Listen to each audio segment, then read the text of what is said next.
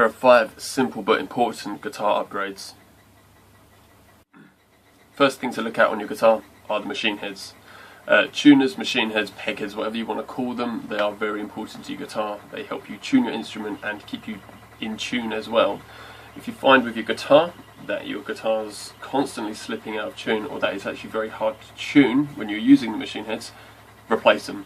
There's plenty of aftermarket tuners available out there from different manufacturers, from your classic Kluson type tuners to your like more modern Grover or Spurzel locking tuners. There's plenty of bits available. Very important part of the guitar, often get overlooked by manufacturers when they want to put branded pickups on, or like original Floyd Roses or whatever, and they're trying to have a selling point. They kind of overlook things like that as well. So have a look at your tuners. If your guitar's not staying in tune very well and that seems to be the cause of the problem, replace them, put something decent on. Next upgrade, string trees. If you've got a guitar that has string trees or like a string retainer bar, have a look at it. Is it misshapen, rusted and shitty and dirty? If it is, get rid of it. You could spend like 80 quid on some new Grover tuners, which is great, but then if you've got rusted, misshapen string trees that the strings are snagging on, every time you do a bend, they're just going to go out of tune. Pointless. Graphtec do some really decent string trees. I've got some graphite ones for a couple of my guitars. Cost me like 12-15 quid, something like that. Great, really inexpensive, and they work very well.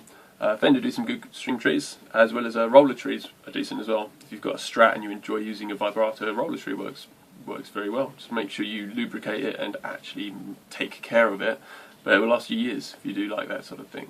So yeah, have a look at your string trees. If they're rusty and bent and horrible, take them off, put something new on. Next upgrade, nuts.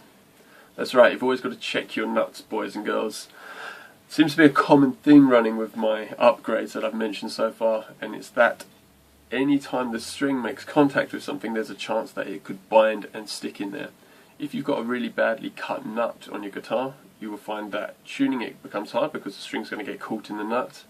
But also, if the nut's not cut properly, you may find that you have really high action, and that way you can't adjust it lower than you may want it to.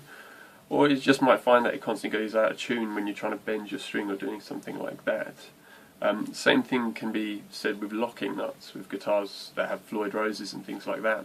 If you find there's grooves running into your pads that lock the strings down, get rid of them, because you'll use your Floyd Rose and your guitar's just going to constantly go out of tune, and no matter how much tweaking you do on the bridge end of things, it's always going to slip at the nut. So have a little look. Replacing the nut can have an effect on the tone of the open strings as well. People like Yngwie Malmsteen famously uses like a brass nut because he likes that kind of bright jangly tone you get from it.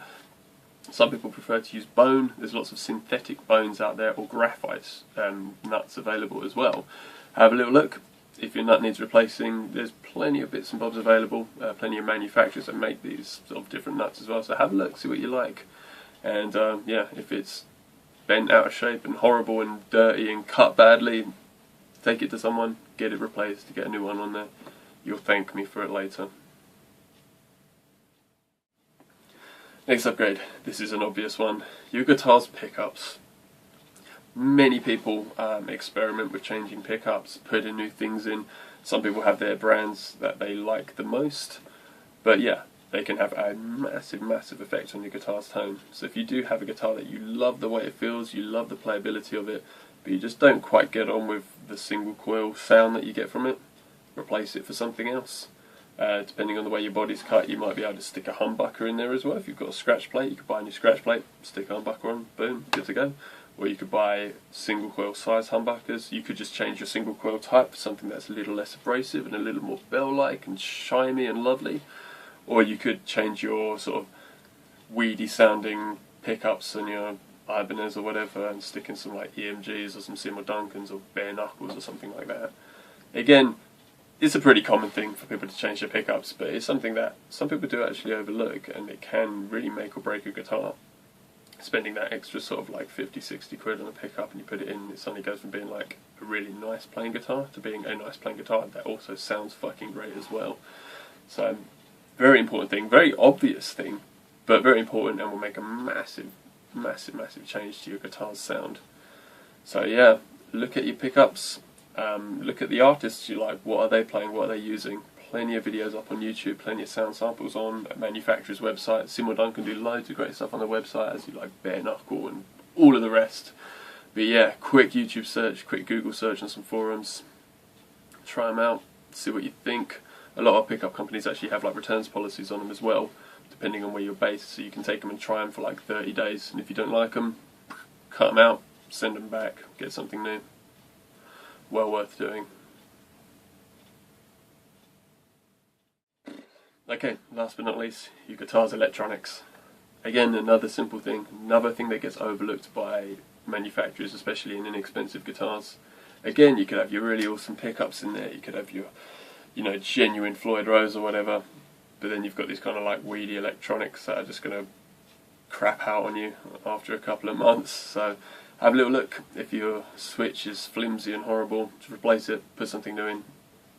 Switches and things like that are relatively inexpensive, even for decent quality components. And yeah, they can also have an effect on your guitar's sound as well. Different value potentiometers will change the sound of your pickups. You know, a 250k pot will sound slightly darker than a 500k pot.